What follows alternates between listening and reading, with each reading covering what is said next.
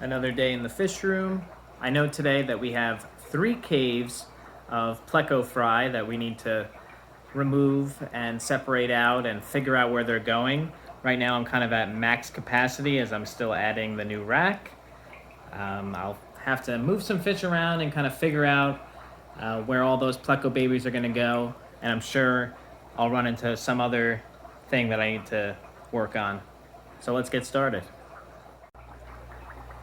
I think I'll move some of the Pleco fry into this tank, but first we have to move the guppies that are in here. These are the blue dragon guppies that I got a couple weeks ago. They've been in quarantine. We do have a couple fry in here, but I think they're ready to move to a 20 gallon. See if I can find the male. These are all the females. The male's super cool, although he's not doing fantastic. You can see the pattern on him. And even his ears they do have a pattern on them instead of just a solid color. And these are fresh imports, so I expect the originals that I get to kind of drop off. The females are doing pretty well, and they have been hit by that male that I do like, so hopefully some of these fry will grow up and we'll get some nice males going. But in a situation like this where you get freshly imported guppies that have probably been raised in brackish water and other weird conditions, super hot temperatures, you want to get fry as soon as possible and raise those fry up in your water so that they do well. Luckily, these females are doing well, so you'd rather have the females make it than the males, so that you can get as many fry as you can out of them before they kind of start crashing on you sometimes. Not always, but sometimes they do. This is the tank I'm going to move them in. If you remember a few episodes back, this is where the nebulous steel guppies were. And what I did with this tank is I let it sit for a month empty to make sure I didn't miss any guppy fry or anything like that, any fish, because usually I wouldn't move a guppy strain into another tank that had a previous strain in it, just so that I don't risk mixing that strain, having a fry that I missed grow up. But I did leave this for a month. No food has gone in here. I did spend the week after I did move the guppies checking every single day to make sure that I did catch all the fry that were in here, because there were about 100 fish in here. So I did catch the majority out, and we had some stragglers, but now I'm confident there's no nebulous steel guppies in here, and I'll move the new guppies in. I'm going to do a quick water change and scrub all the algae and remove some of these snails. There's a lot of snails in here, and the shells aren't doing too well. You can see some of them. That's what happens in the tanks that I have snails that are just pests and I'm not raising them on purpose in there. These were, they came on the plant that I moved in here.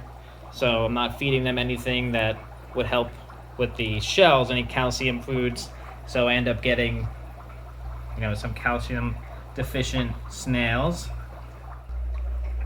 So I'm going to apologize in advance for the terrible glare here, but I have the flashlight in the cave. Figured we'd take a look at all the Pleco fry before we move them. We've got the lemon blue-eyed bristlenose in here. This is a small spawn because we do have assassin snails in here. And I found out the hard way that if the assassin snails are not well fed, they will actually attack and eat the Pleco eggs. So I found like 20 assassin snails in there. Took them all out. I have a lot more to catch. But I'm making sure I'm putting extra food in here, so we have a small spawn of these guys. Here we have some photobombing Iliodon furcidin, or the trout gidiid. And in the cave we have the longfin super red bristlenose. This is their third spawn. Seems to be each spawn getting bigger and bigger, which is nice to see that I'm able to get these guys pretty consistently now. And these guys were a complete surprise. These are the longfin bristlenose. We had these guys in quarantine for about 2 weeks now. They came in pretty rough shape. I put this cave in here so that they just felt comfortable. I had no idea or any intention of breeding them in this tank, but we have a nice large spawn in there. You can see that some of these guys are pushing 4 inches. Really nice size. That's the biggest male in there. I'm happy that he was the father of that spawn because he's the nicest male in here. These guys will eventually get maybe a 40 gallon, but it's nice to see that they're comfortable enough to breed already. I was kind of worried.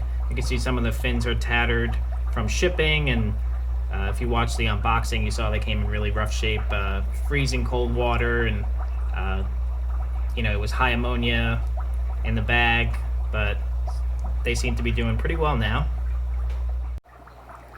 Got the guppies moved out, and as I'm looking at the tank next to them with the fry of the blue Medaka rice fish, the parents are down here.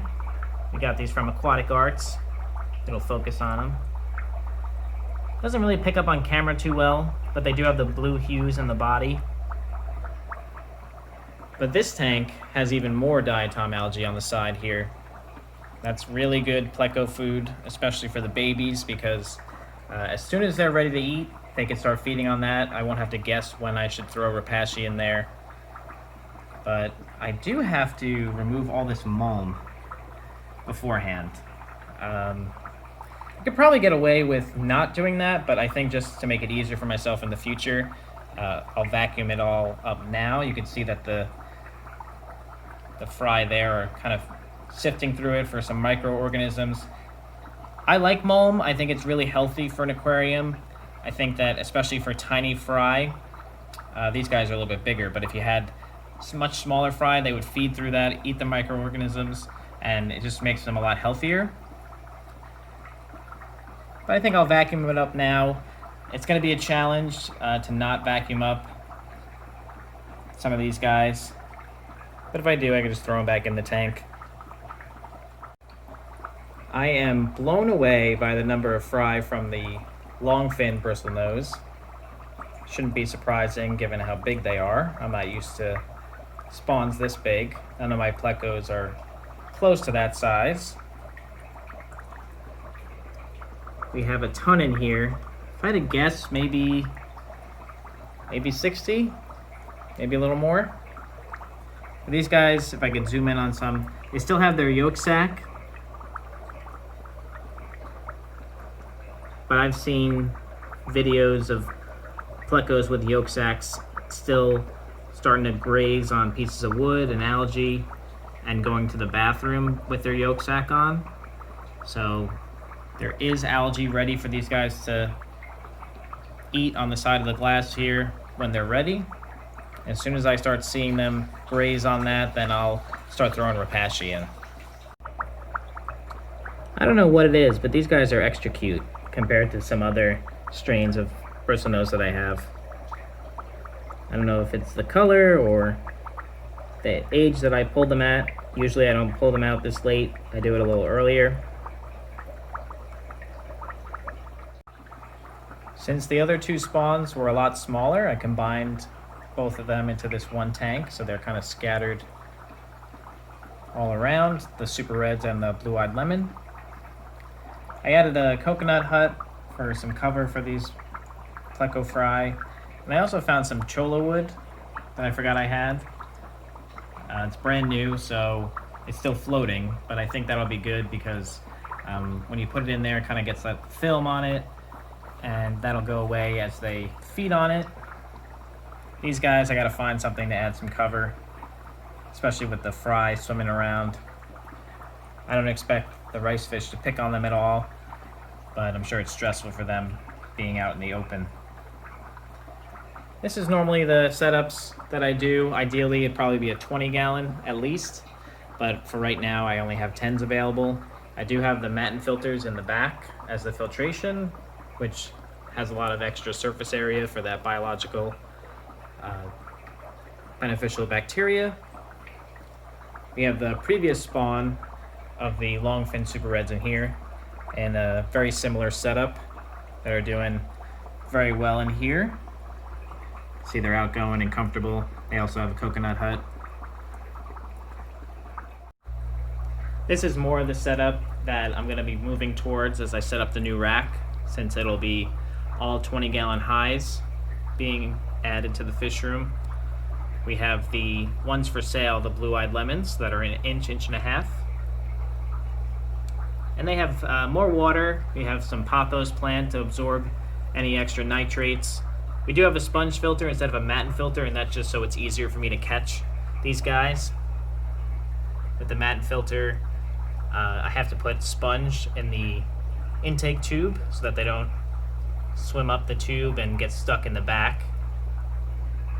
But this has been working for me for a couple months now. I think the 20s are fine for them long term until they get sold. That was another day in the fish room. Thank you guys so much for watching. If you haven't done so already, hit that subscribe button, and we'll see you in the next one.